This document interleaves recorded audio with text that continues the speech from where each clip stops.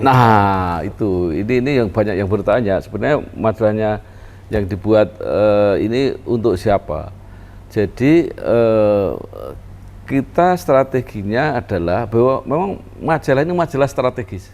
Majalah strategis ini khusus diperuntukkan adalah para pengambil kebijakan. Jadi ini referensi untuk membuat kebijakan. Kebijakan publik maksudnya, bukan kebijakan orang per orang.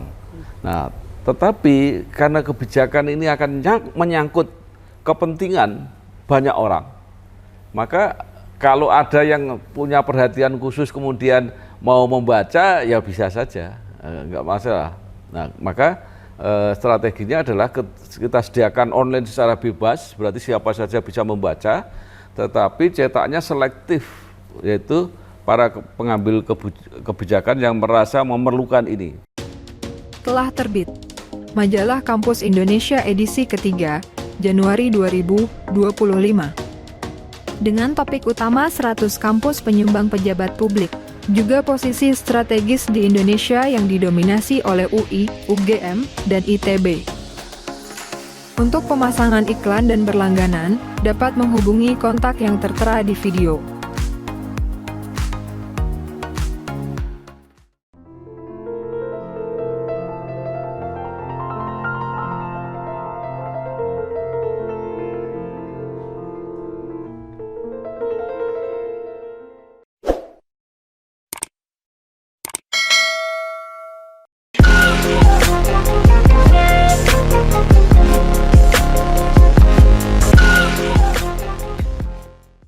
Assalamualaikum warahmatullahi wabarakatuh. Kembali lagi bersama saya Bambang GR Sadono dan juga Pak Bambang Sadono. Program Sadono dan Sadono tentunya kalau ada kita berdua di channel Bangsa TV. Jadi sudah cukup lama sepertinya ya sejak episode yang terbaru.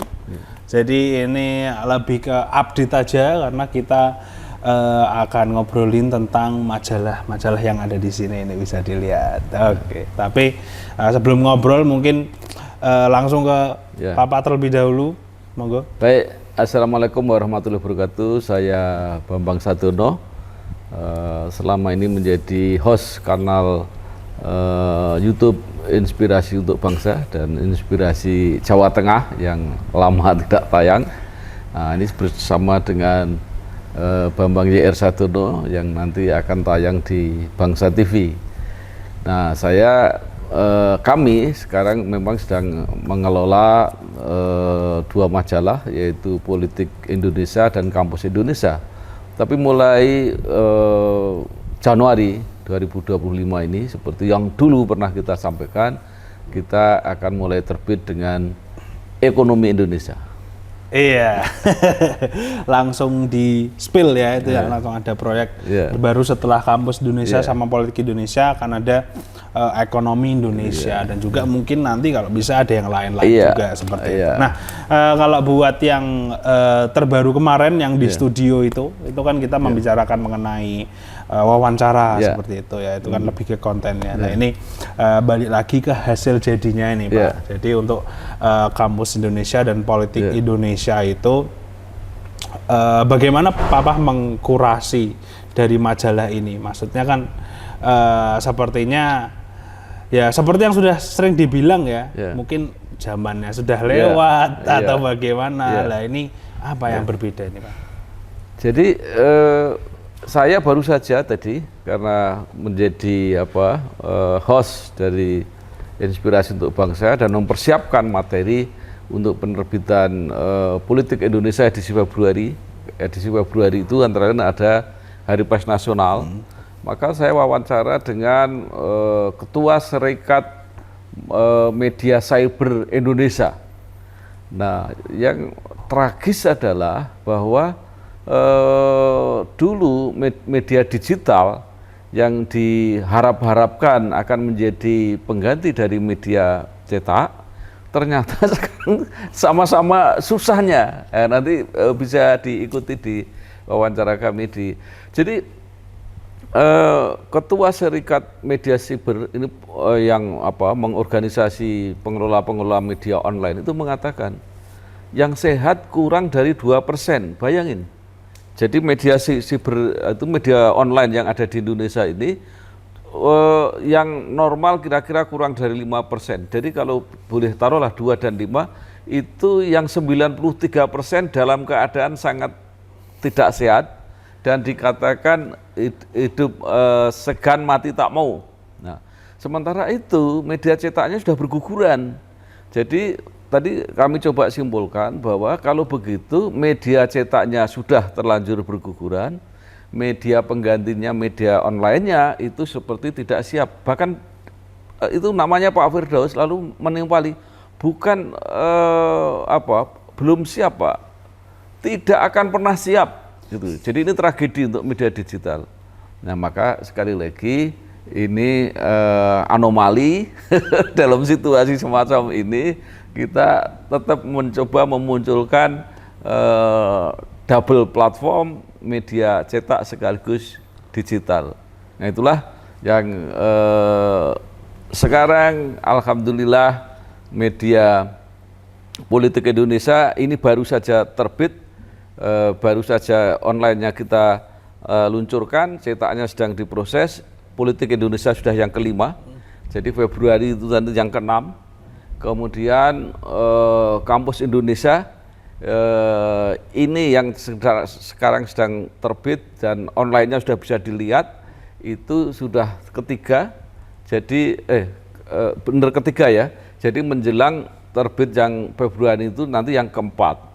Nah kemudian ekonomi Indonesia mulai dari yang pertama, alhamdulillah dari segi manajemen sampai saat ini baik-baik saja.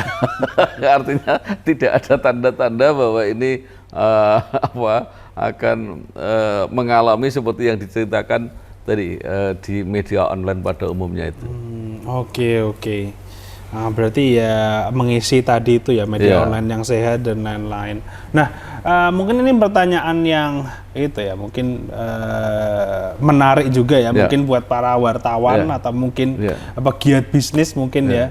Sebenarnya majalah ini tuh untuk siapa? Gitu? Nah, ini yang banyak yang bertanya. Sebenarnya majalahnya yang dibuat ini untuk siapa? Jadi kita strateginya adalah bahwa memang majalah ini majalah strategis. Majalah strategis ini khusus diperuntukkan adalah para pengambil kebijakan. Jadi ini referensi untuk membuat kebijakan. Kebijakan publik maksudnya, bukan kebijakan orang per orang. Nah, tetapi karena kebijakan ini akan menyangkut kepentingan banyak orang, maka kalau ada yang punya perhatian khusus kemudian mau membaca, ya bisa saja, nggak masalah. Nah, maka strateginya adalah kita sediakan online secara bebas, berarti siapa saja bisa membaca, tetapi cetaknya selektif, yaitu para pengambil kebijakan yang merasa memerlukan ini. Nah, suatu contoh begini, majalah Politik Indonesia misalnya, ini akan menjadi referensinya anggota parlemen, ya, pusat, DPR RI, DPD, kalau tingkat daerah ya mudah-mudahan level-level pimpinan lah gitu ya, pimpinan DPRD, pimpinan komisi dan sebagainya itu. Kemudian di pemerintahan, menteri-menteri dengan segala stafnya, badan-badan kenegaraan, kemudian di BUMN, perusahaan-perusahaan besar, lembaga besar. Nah, kira-kira seperti itu. Nah, kemudian kalau untuk Kampus Indonesia misalnya menjadi bacaan para rektor gitu ya, kalau turun juga para dekan gitu. Jadi tidak semua pasti, karena ini isinya adalah kebijakan, isinya adalah strategi, mau kemana kebijakan dalam arti luas itu. Satu contoh misalnya begini, di edisi Ekonomi Indonesia yang pertama ini kita mulai menggambarkan apakah target pertumbuhan ekonomi 8% itu bisa dicapai. Nah ini ya debatable, ada pro, ada kontra, ada dan sebagainya. Kemudian juga pertanyaan, seberapa besar peran BUMN di dalam mengisi kas negara? BUMN mana saja yang setorannya paling gede gitu ya. Maka di situ kita wawancari Dirut MID misalnya. Kemudian di politik Indonesia kita tampilkan kebijakan mengenai swasembada pangan. Kita wawancarai tokoh-tokoh yang memang bergerak di situ. Jadi ada mulai jadi misalnya kayak Dirut PTPN ya perusahaan yang aktif di swasembada gula misalnya. Kemudian ID Food perusahaan pangan. Kemudian di situ ada Bulog, ada Bapanas Badan Pangan Nasional dan sebagainya. Ada juga tokoh swasta, Direktur Indofood misalnya, yaitu Pak Franky Welirang misalnya kita wawancari. Juga orang perguruan tinggi, itu misalnya seperti Dekan Fakultas Pertanian Universitas Gadjah Mada kita wawancara. Dekan Fakultas Pertanian IPB kita wawancara. Kemudian juga ada penulis-penulis karena bulan Januari itu adalah hari kelahiran partai politik yang monumental untuk Indonesia, yaitu PDIP dan P3. Kita muat juga di situ. Ada tulisan tentang PDIP, ada tulisan tentang P3 ya. Yang menarik juga ada tulisan tentang Pak Jokowi. Ada yang menulis Pak Jokowi karena banyak yang cara membaca Pak Jokowi itu seperti apa yang dia lihat. Nah, padahal ada seorang penulis namanya Tito Setiobudi, itu wartawan senior, kemudian sangat paham kebudayaan Jawa. Dia doktor, penulis kebudayaan dan bahasa Jawa, menyoroti mengenai cara politisi Jawa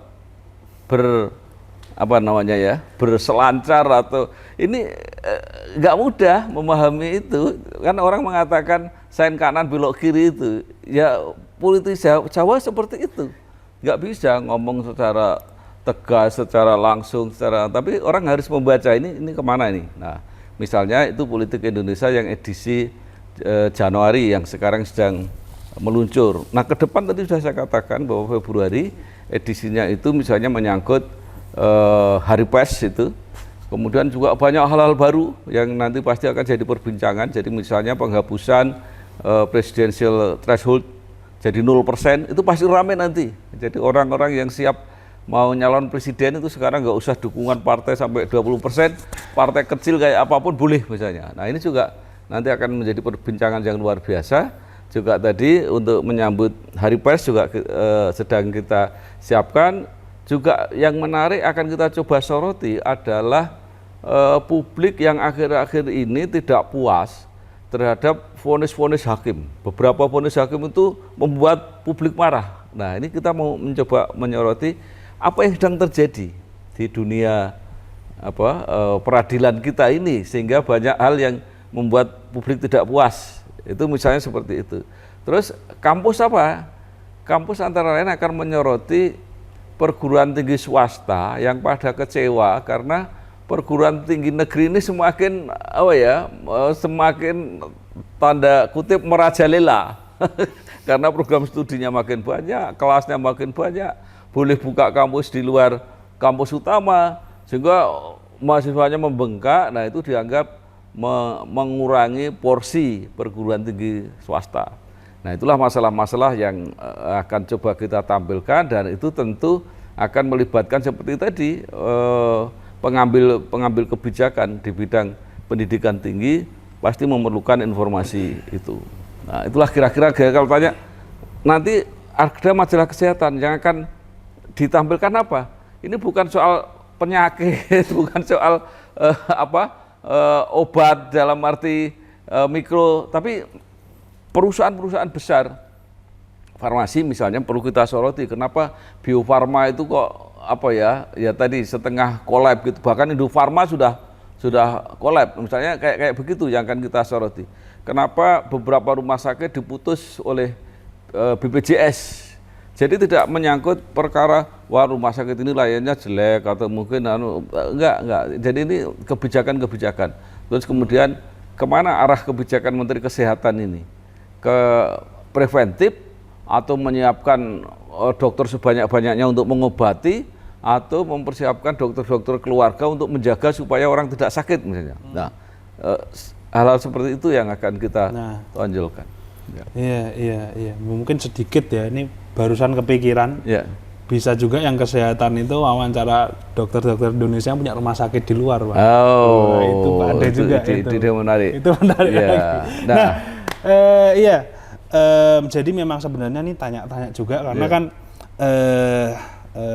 saya sendiri kan lebih banyak ke YouTube seperti itu. Jadi ini kita biar cerita lagi tentang majalah-majalah dan isinya bagaimana. Terus buat yang artikel-artikel ini juga kadang-kadang ada yang ada video YouTube-nya seperti itu, Pak. Jadi mungkin kalau ada yang nggak terlalu itu baca, bisa langsung ke YouTube buat lihat video-videonya ini seperti itu. Ya, nah ini juga Mas Raja mungkin bisa memberi tip atau memberi kiat ya. Apakah itu perlu dicantumkan?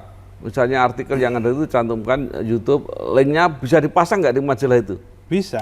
Ya, nanti coba pakai barcode juga bisa malah. Iya, oke.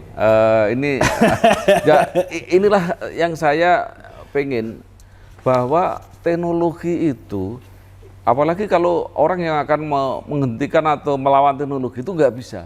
Kita harus bersahabat dengan teknologi. Apa yang peluang-peluang luar biasa kalau kita bisa ambil itu, kerja lebih enak, lebih cepat itu menggunakan teknologi. Maka saya berusaha ini, kalau fasilitas ini tidak kita manfaatkan, ya salah kita sendiri. Maka kita harus selalu menggali apa yang bisa kita manfaatkan. Nah, tadi yang menyangkut masalah kesehatan tadi ya. Jadi misalnya misalnya kita tentang rumah sakit gitu ya, bukan dari segi tapi dari segi kebijakannya. Mengapa rumah sakit ini tumbuh terus misalnya gitu, kan selalu ada rumah sakit baru. Orang ini mungkin bertanya-tanya. Nah, ini hal-hal semacam ini perlu kita jawab. Satu lagi yang sangat penting ini adalah PPDS, program pendidikan dokter spesialis. Ini kan orang bicara terus nih. Ini harus kita bahas. Ini seperti apa? Kemana sebenarnya program-program ini yang mau kita bawa?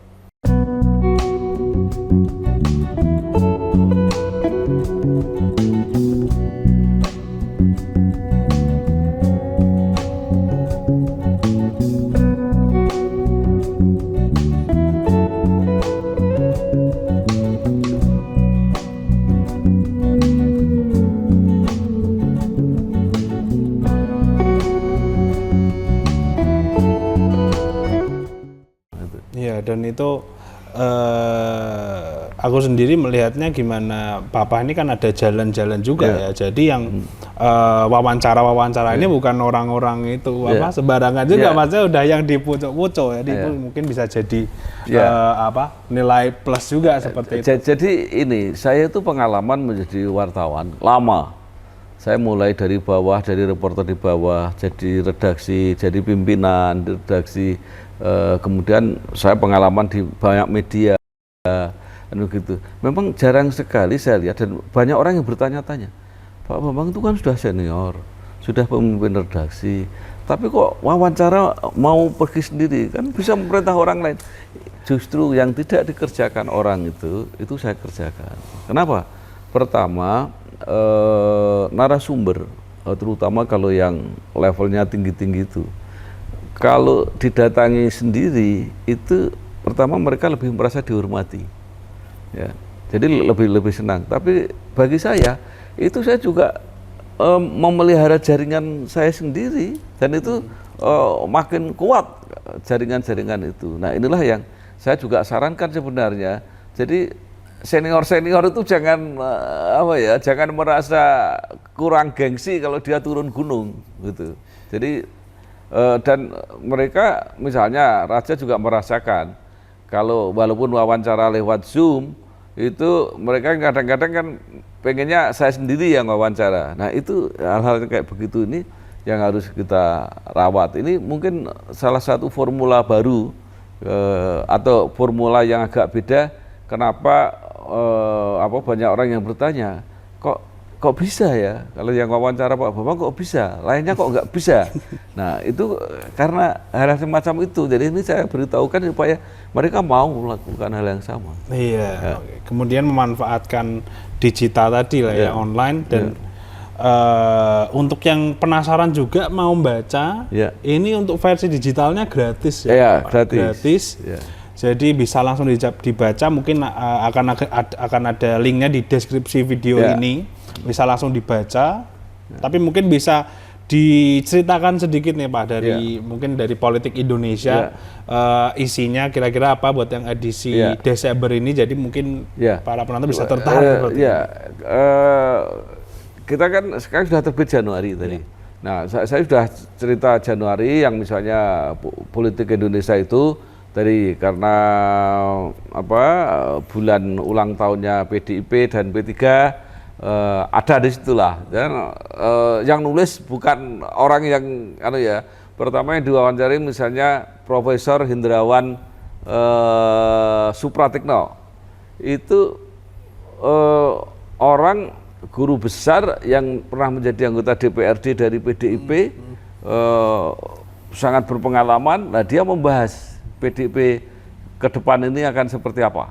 Ya, jadi kemudian juga ada lagi yang tak kalah hebatnya, Profesor Ikrar Nusa Bakti. Wah, itu juga membahas soal PDIP. Yang ketiga adalah orang juga yang sangat berpengalaman, jurnalis yang senior, Pak Sucipto SH. Itu dulu pernah memimpin koran namanya Wawasan, pernah di Suara Merdeka sama-sama saya, pernah jadi anggota DPRD Provinsi Jawa Tengah, membahas tentang PDIP. Jadi luar biasa. Kemudian P3 itu antara dibahas oleh Ketua Dewan Perwakilan Wilayah P3 Jawa Tengah, Pak Masrukan. Juga kita wawancara dengan Sandiaga Uno. Ya, jadi artinya kita mencobalah sajikan yang terbaik gitu. Nah, tadi saya sebutkan tentang swasembada pangan, ya. Dan di situ ada yang menarik dan ini akan kita jadikan tradisi. Ada seorang tokoh yang sedang naik daun, ya, Ketua Partai Gerindra Jawa Tengah, sekarang jadi Wakil Menteri Pertanian. Itu kita buatkan seperti kita sebut nanti ada rubrik mini biografi. Jadi nanti terserah ini nanti timnya untuk bulan ini akan memilih siapa. Itu kita tulis mulai masa kanak-kanaknya. Untuk apa? Untuk memotret bahwa masa kanak-kanak di tempat yang sulit, ya, dia lahir di gerobokan, daerah miskin, itu karena dia pinter, dia kemudian sekolah SMA Nusantara, kemudian sekolah di Akademi Pertahanan di luar negeri, sampai akhirnya dalam usia belum 40 tahun kalau nggak salah ini sudah menjadi wakil menteri. Nah, inilah yang akan kita lakukan. Jadi kita tidak sekedar memberitahukan, menginformasikan, tapi mencoba memotivasi.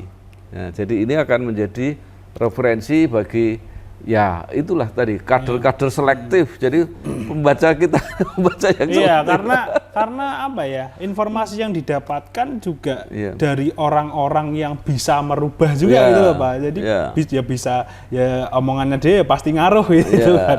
Jadi mau bagaimanapun banyak ngaruhnya ini. Dan yang menarik itu terus terang, yang menulis ini itu saya memang kalau ada, ya saya senang sih anak-anak muda yang kreatif, yang aktif, tapi ini tokoh-tokoh berpengalaman yang terjun.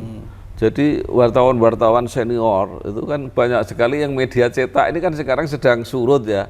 Jadi mereka nggak aktif, tapi mereka masih efektif untuk menulis. Maka dilihat misalnya itu sejarahnya PDIP itu ditulis juga oleh wartawan senior, ya, ada di situ. Kemudian juga ada yang menulis itu misalnya di edisi di majalah Akademi Ekonomi Indonesia itu bagaimana peran BUMN di dalam menyetor ke keuangan negara. Itu diceritakan juga BUMN mana yang paling kuat, paling banyak dan sebagainya. Jadi artinya bahwa saya mengajak para wartawan senior ini untuk bekerja. Nah, sekarang yang akan kita lakukan untuk edisi Politik Indonesia Februari, kita akan mencoba memaparkan para kepala-kepala daerah yang terpilih di dalam Pilkada 2024 se-Indonesia. Sampai berapapun yang kita dapat, kemarin kan dalam rapat saya sudah janji, semua akan kita muat.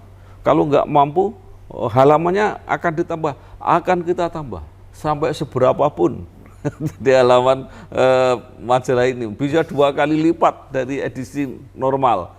Nggak apa-apa lah, terus siapa yang kerja? Itu tadi, wartawan-wartawan senior berpengalaman di daerah, saya minta tolong buatkan profil sekaligus misi program dari para kepala daerah ini, ya, supaya masyarakat di daerahnya itu tahu. Dan saya sudah memesan, saya minta tulisan yang orisinal.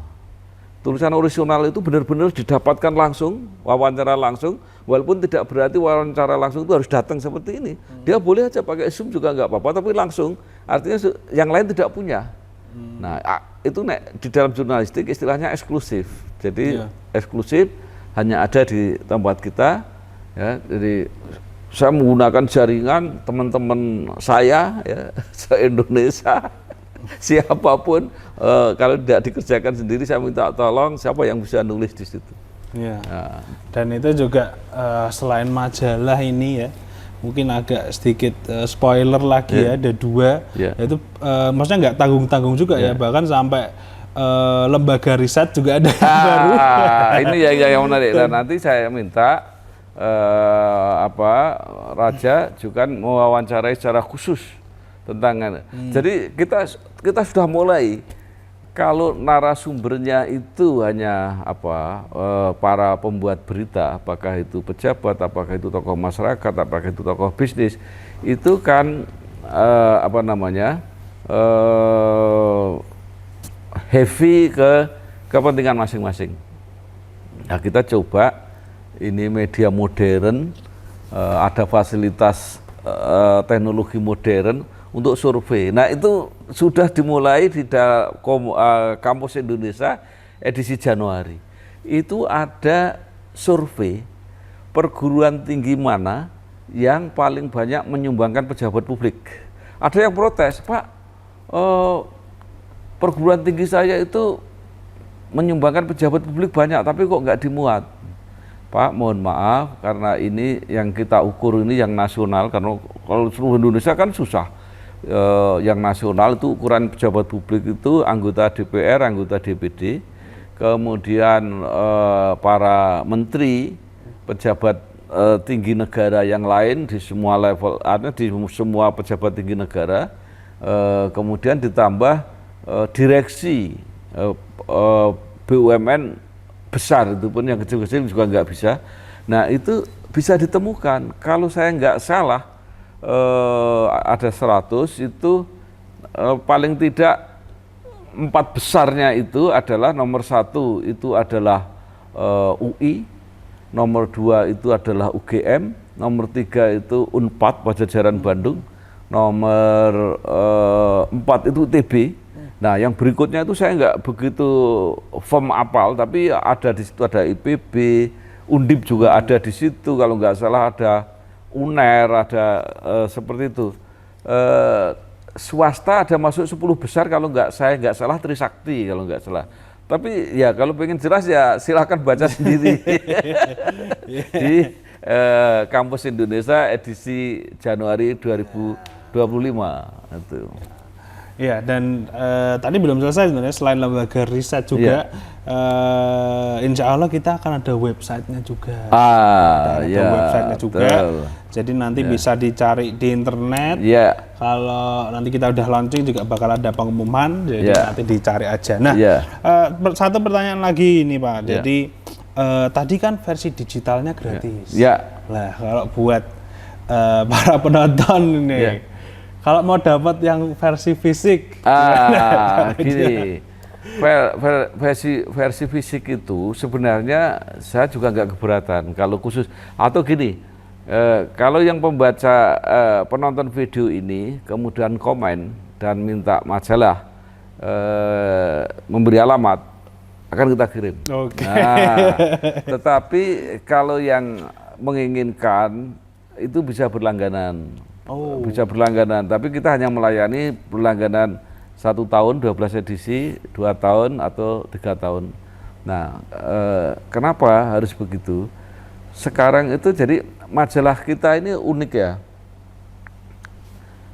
Namanya kertasnya itu kertas Lex. Karena berwarna penuh.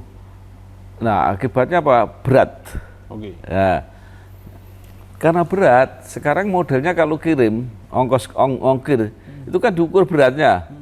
Jadi agak mahal, kiriman satu majalah itu agak mahal. Maka itulah yang kita memang mau ngirim gratis-gratis itu agak mikir ongkosnya. Apalagi kalau sampai luar Jawa itu berat sekali. Nah karena itu maka kalau mau kolektif itu lebih baik. Jadi misalnya satu kantor, satu kampus, itu langganan 5 atau 10. Nanti bisa kita hitung tidak persatuan kita ngitungnya, tapi barengan itu ongkosnya berapa ya udah bayar itu aja, gitu. Artinya selain harga majalahnya, ongkosnya bisa barengan, itu bisa lebih murah misalnya. Sama ya nggak tahu ini menguntungkan buat kita apa enggak ya, kayaknya enggak ya, tapi ya ini eksklusif aja. Ini kalau nggak salah di stasiun Gambir ada yang jual juga ini. Di warungnya ada satu ya jual. Bisa dicari kalau mau. Sebenarnya saya juga menawari ya kepada siapapun yang mau bekerja sama.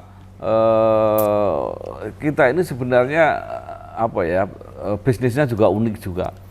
Jadi tidak semata-mata terus mengandalkan. Jadi ya pasti kita harus sehat, harus dapat uang itu pasti, tapi tidak semata-mata terus kalau orang Pak saya ikut gitu tapi diskonnya yang besar oke aja. Jadi nggak ada masalah, pokoknya saya mau pasang iklan gitu tapi karena perguruan ini masih perjuangan, nggak apa-apa. Iya. Jadi ya emang menarik sekali ya, ini sedang di tahap progres juga untuk ekonomi dan juga untuk kesehatan. Jadi banyak proyek-proyek menarik berikutnya yang udah ada Kampus Indonesia dan Politik Indonesia. Dan mungkin terakhir aja ini buat menyimpulkan semuanya untuk rilisnya kapan. Dan justru saya menarik begini, karena ini mohon maaf ya, kita berkembang agak cepat. Pasti membutuhkan SDM. Jadi jaringan-jaringan teman-teman yang punya passion baik untuk menulis berita, untuk mewawancarai lewat video, mau ngedit atau pakar sangat tertarik pada pemasaran. Ini terbuka luas, silahkan ya. Saya adalah contoh hidup ya, orang yang memang hidup dari dunia media sejak dulu ya. Jadi dan yakinlah bahwa itu adalah karir yang cukup baik. Jadi jaminan finansialnya mungkin tidak terlalu hebat, tapi juga tidak terlalu mengecewakan gitu. Tetapi ada bonus yang sangat luar biasa. Orang-orang media yang berhasil itu biasanya mudah dikenal, populer, terjun ke politik. Nah terus terserah mau apa, itu terserah Anda. Tapi bahwa Anda akan dapat 2 hal, yaitu dikenal. Kalau zaman sekarang kan viral atau itu, dan kemudian dampak ekonomisnya, dampak finansialnya itu juga nggak jelek-jelek amat. Nah itu saya kira tipnya untuk teman-teman. Nah terus menutup nih Pak buat majalah ini, tanggal-tanggalnya ada nggak? Tanggal rilisnya setiap bulan atau nggak ada? Sebenarnya begini, karena ini majalah bulanan, maka edisi digital itu setiap tanggal 1 harus sudah ada. Edisi digital. Tapi kalau cetak ini memang kan agak tricky sedikit, apalagi kita terganggu misalnya kayak tahun baru liburan gitu, percetakan pada tutup, kayak gitu. Dan bukan anu ya, bukan apa sok-sokan gitu. Ini majalah kami. Ini sampai saat ini baru bisa dicetak di satu percetakan di Jakarta. Artinya dengan standar standar kualitas yang kita inginkan itu juga dengan segala maaf belum bisa. Kita Semarang belum bisa, Jogja belum bisa. Ya terpaksa karena proses itu, maka itu yang bikin agak lama dikit. Tapi saya tetap ingin mempertahankan karena ini majalah prestis gitu ya. Ya saya pengen kualitasnya yang paling baik. Ya, oke. Ya itu ya berarti setiap tanggal 1 digitalnya sudah ada. Mungkin nanti di deskripsi setiap video YouTube yang terbaru akan ada link-link untuk majalah yang biasa, dan untuk versi fisiknya mungkin bisa berinteraksi di komen seperti itu kalau ada yang ingin. Atau bisa saya nambah sedikit karena yang mengumumkan ini Bambang YR Sadono alias Raja, maka itu berarti dia bertanggung jawab untuk mewujudkan. Karena saya terus terang kalau dari teknologi digital saya agak oke. Gampang harusnya. Iya, terima kasih Pak. Ini tadi udah bisa dibilang bedah majalahnya ya, dari prosesnya, kemudian kontennya apa, dan untuk bulan ini ya udah masuk Januari akan isinya seperti apa. Tadi sudah kita kemukakan semua 3 majalah.